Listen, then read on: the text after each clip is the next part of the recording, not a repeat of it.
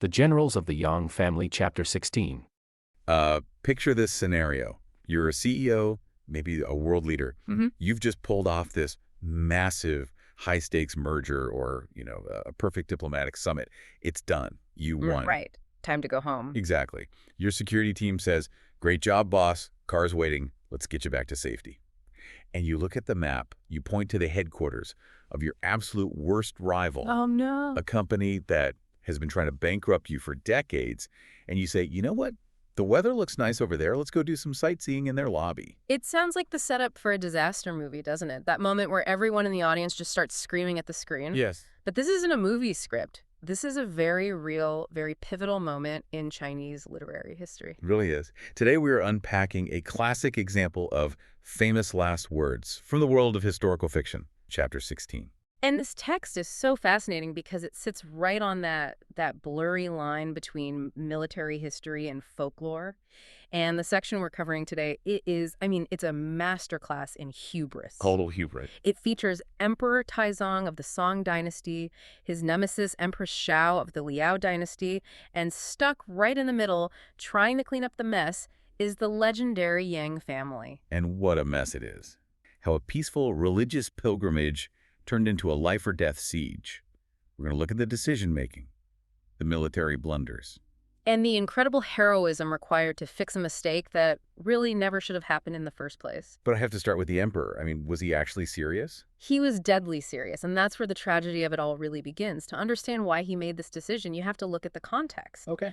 So the source material opens with the Emperor Taizong leaving the capital and heading to Mount Wutai.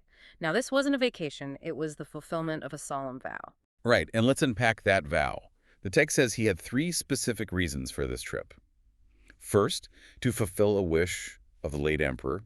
Second, to pray for peace for the common people.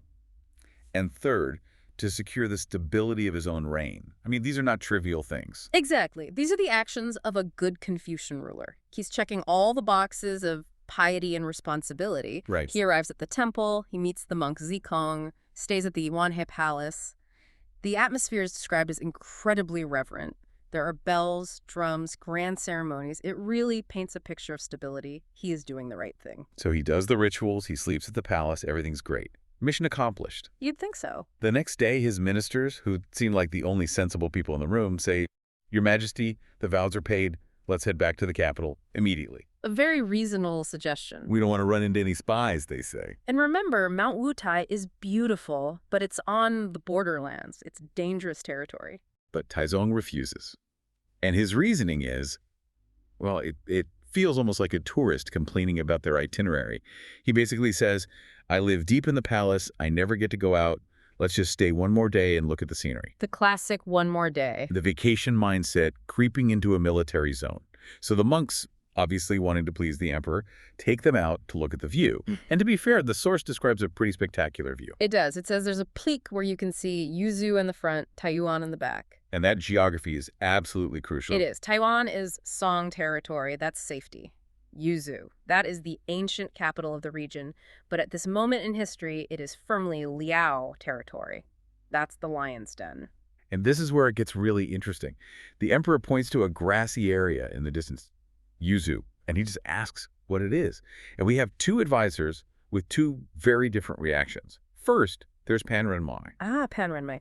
Well, in the lore, he's often the villainous sycophant. He tells the emperor, that is Yuzhou. It's an ancient capital site. It is the best scenery around. He's basically selling it like a travel agent. Completely. But then you have the 8th prince, Ba Wang. He immediately jumps in and cuts right through the flattery. And what does he say? He says, and I'm paraphrasing the translation here, "Are you crazy? That's where Emperor Shao lives. Going there is walking into a trap. We need to go home right now to avoid humiliation." So he's the voice of reason. He is the voice of strategic reason. He correctly identifies that a fine scene is completely irrelevant if it's controlled by a hostile military power. Empress Shao isn't just a neighbor. She's the head of the Liao dynasty, the Song's primary rival. So you have a clear warning. It is a trap.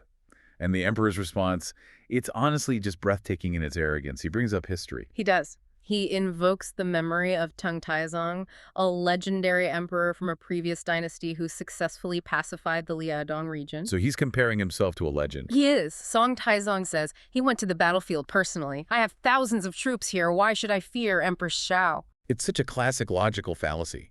He's confusing his identity with his capability. Yeah. Just because you hold the same title as a past military genius doesn't mean you have his skills. Exactly. He literally says, you guys just follow me, don't worry about it. And he's confusing the presence of an army with the security of an army. A few thousand honor guards on a sightseeing trip are not a combat-ready force. Well, right. But he overrides the 8th prince. The text notes that the 8th prince dared not advise further. And that silence, that is the sound of the system failing. So they march. They leave the safety of the mountain and they head toward a place called Binyang. And surprise, surprise, the trap springs. It does. The text says flags obscure the sun and dust covers the sky. That's some dramatic imagery. It's classic Chinese literary hyperbole, but it serves a function. It tells us the Song forces have lost the initiative. They're reacting now, not controlling. The sun is blocked. They're in the dark. And this is where the genre shifts from political drama to pure action. The emperor asks, who can go check this out? And this is where we meet our first hero of the day, Yang Yuanping. Finally, a professional enters the chat. Yang Yuanping is a general charged with protecting the emperor. He doesn't debate history, he just steps up. He's described as 6 feet tall, majestic, awe-inspiring. He volunteers to clear the road. And on the other side, we have the Liao general, Yi Luqi. The source gives us a great description of him.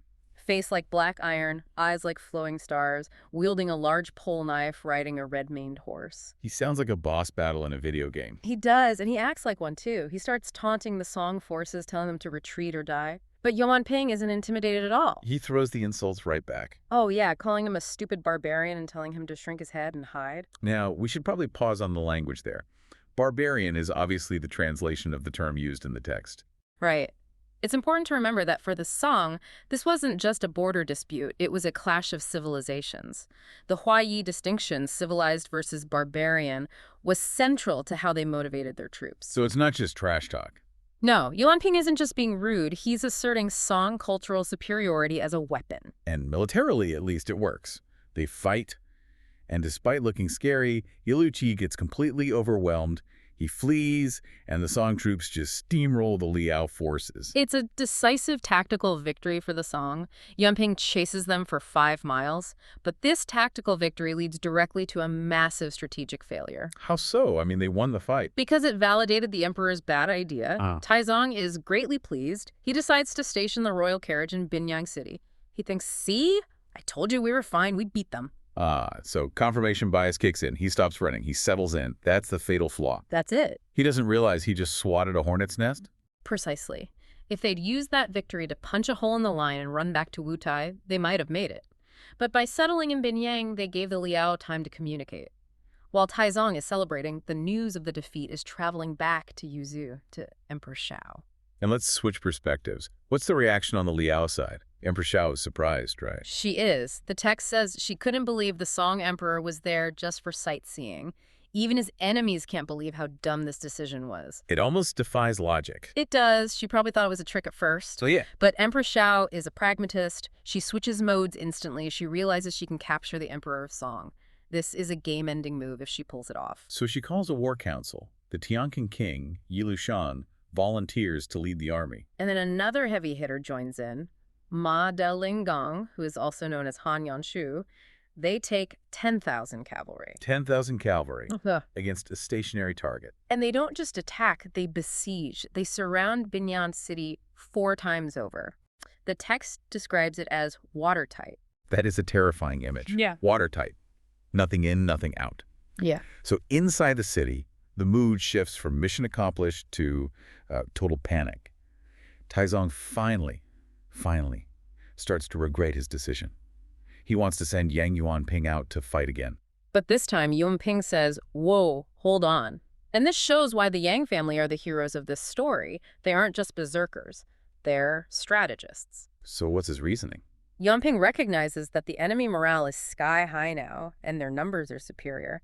Going out is suicide. He advises patience. He actually forces the emperor to wait. But waiting must be agonizing. The siege gets louder, thunderous shouting that shakes the city. Oh, absolutely. Taizong climbs up a tower to look out, and he sees enemy camps stretching for miles and miles, and he asks the question he should have asked days ago. How do we get out of here? And the answer is, you can't. Not alone. Pan Renmei, the same guy who suggests the sightseeing, says the only hope is Yang Ye, the patriarch of the Yang family. In the lore, he represents the pinnacle of loyalty and martial skill. If Yang Yongping is the sharp spear, Yang Ye is the shield wall. He's the one person the Liao actually fear, and he's stationed nearby in Daizu. But they're surrounded. They need to get a message to him. So who volunteers? Yang Yongping again, of course. This guy is incredible. This whole sequence is so cinematic. He hides the imperial decree on his body, gears up, and charges out the east gate. He runs right into a Liao general named Lu Bi. And I noticed the text emphasizes silence here. In the first fight, there was all this trash talk. Here, Yan Enping didn't speak a word. That silence is so powerful. It signals desperation. There's no time for insults, no time for posturing, just pure, focused violence born of necessity. He just gets the job done. He thrusts his spear, knocks Lu Bi off his horse, kills him, and breaks the line. He makes it to Daizu, finds his father, and hands over the decree. And Yang Ye's reaction is immediate. Right. He mobilizes the 7 sons. It's actually the father plus 7 sons, 8 generals in total, and they ride for Binyang. Okay, so now the strategy gets really interesting. Because the Liao commanders aren't stupid. Their scouts see Yang Yi coming. They do. And usually in these stories, the villain sends out a champion to duel the hero. But the Qianqing king does something different. What does he do? He holds a council. They acknowledge that Yan Ye is a tough enemy. They know that if they force a direct confrontation while Yang Yi is trying to save his emperor, the Yang family will fight to the last man. It would be a meat grinder for the Liao army. So they choose not to fight. They choose to fight smarter. They decide to retreat 5 miles. They open the siege. It's like the empty fort strategy, but in reverse. They want to let him in. It's called catching the turtle in the jar. If you block Yang Ye outside, he's a mobile, dangerous force hitting your rear. But if you let him enter the city, he becomes just another mouth to feed, trapped behind the same walls as the emperor. You neutralize his mobility. It's a brilliant, diabolical move. And Yang Yi arrives, sees the enemy retreating, and he spots the trap immediately. Right. He knows. He says the barbarians retreating without fighting must have a scheme. But, and this is the tragedy of his character, he goes in anyway. Why? If he knows it's a trap? Because his primary directive is to secure the emperor. He can't leave Taizong exposed inside while he waits outside. He has to consolidate his forces. Loyalty overrides tactical survival. So he rides in. And the emperor is clueless. He's celebrating. He thinks the Liao army ran away because they were scared of Yang Yi's reputation. It's painful to read. Taizong says, wow, you showed up and they fled. He's ready to pack his bags and head home tomorrow. He still hasn't grasped the severity of the situation. And Yang Yi is the one shaking him, metaphorically. He says, no, we have to leave right now. He wants to use the confusion to break out immediately. Yang Yi knows that door is closing. He's pleading for speed. But even as they are having this conversation, literally as the words are in the air, the scouts rush in. The Liao army has returned. They have. Just as you predicted, the emperor says. Wow, that line lands heavy. It's the final nail in the coffin for this part of the story. The trap is snapped shut. The turtle is in the jar. And you can notice the shift in Yang Ye's demeanor. Before, he was rushing. Now what? Now he tells the emperor they have to wait and observe the enemy's strength before they can make a new plan. Because the window is gone. Exactly. Breaking out when the enemy is retreating is one thing. Breaking out of a set fortified siege line is another. They missed their chance because the emperor wanted to celebrate instead of evacuate. And the army outside. It's a suffocating 8-sided formation of the Liao dynasty's absolute best forces. And you're not just a soldier. No. You are the emperor of the Song dynasty, Taizong. And you are, for all intents and purposes, a rat in a trap. It's a scenario it goes way beyond just military strategy. It's existential dread. It is.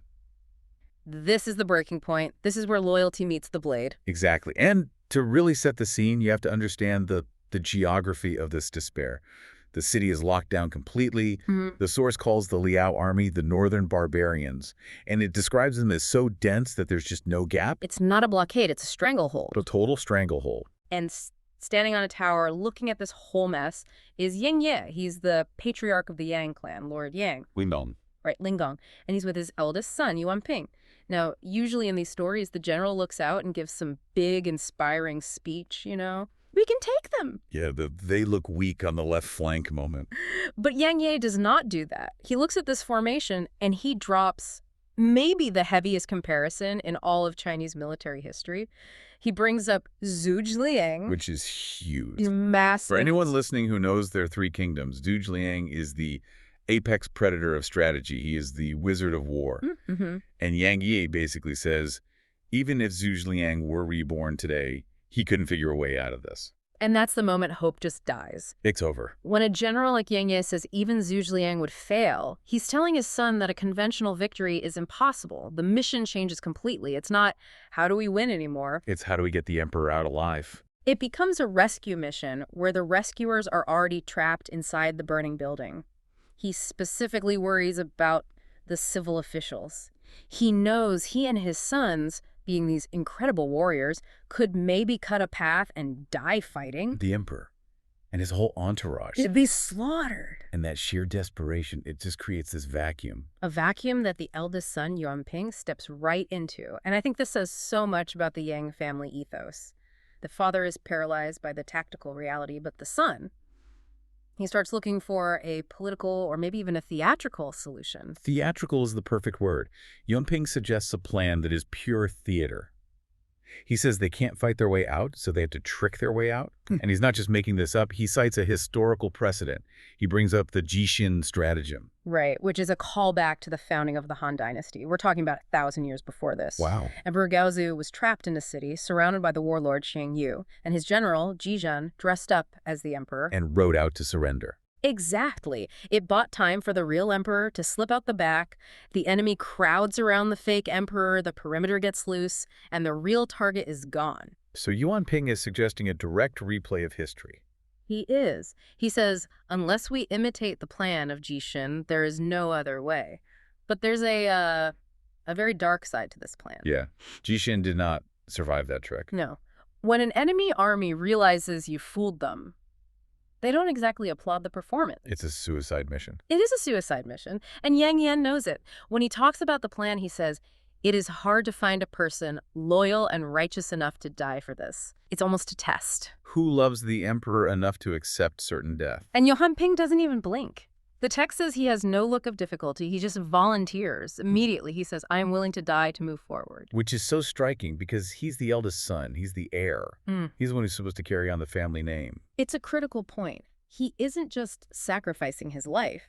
He's sacrificing his place in the entire lineage. So Yang Yi takes this incredibly heavy proposal to Emperor Taizong. And this is where we get a really fascinating look into the emperor's psychology. You'd think he'd just be relieved, right? Thank God, a plan. But he hesitates. Initially, he refuses. He says something like, how can I bear to harm your closest kin to save myself? This is not what a benevolent person does. Do you buy it? That is the question, isn't it? I mean, on one hand, it could be genuine Confucian guilt. The ruler shouldn't devour his children to save his own skin. But on the other hand, he's a politician. He has to say no first.